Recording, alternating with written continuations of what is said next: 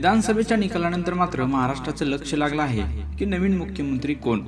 कारण की निकाल लागल्यापासून राज्याच्या मुख्यमंत्री कोण असा प्रश्न मात्र सातत्याने विचारला जात होता.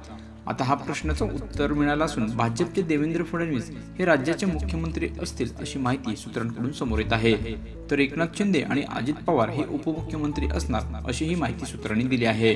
येत्या 2 दिवसात याची अधिकृत घोषणा करण्यात येणार असल्याची माहिती समोर येत असून नाराज एकनाथ शिंदे यांची समजुती काढण्यात येत असल्याची माहिती समोर येत आहे.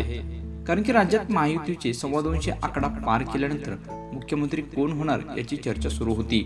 गेल्या 2 दिवसापासून एकनाथ शिंदे यांनी पुन्हा संधी मिळावी यासाठी जोरदार प्रयत्न केल्याचं दिसून आलं. तसंच लाडकी बहीण योजनेच्या यशामुळे शिंदेंच्या नेतृत्वाखाली ही निवडणूक लढवल्यामुळे त्यांनाच मुख्यमंत्री पद मिळावं यासाठी शिवसेनेचे आमदार आक्रमक होते. तर दुसरीकडे एकट्या भाजपने 132 जागांवर विजय मिळवल्यामुळे देवेंद्र फडणवीस यांना पुन्हा संधी मिळावी यासाठीही भाजपचे नेते प्रयत्नशील होते. अखेर शेवटी या सर्व गोष्टीला कुठेतरी पूर्णविराम लागला आहे.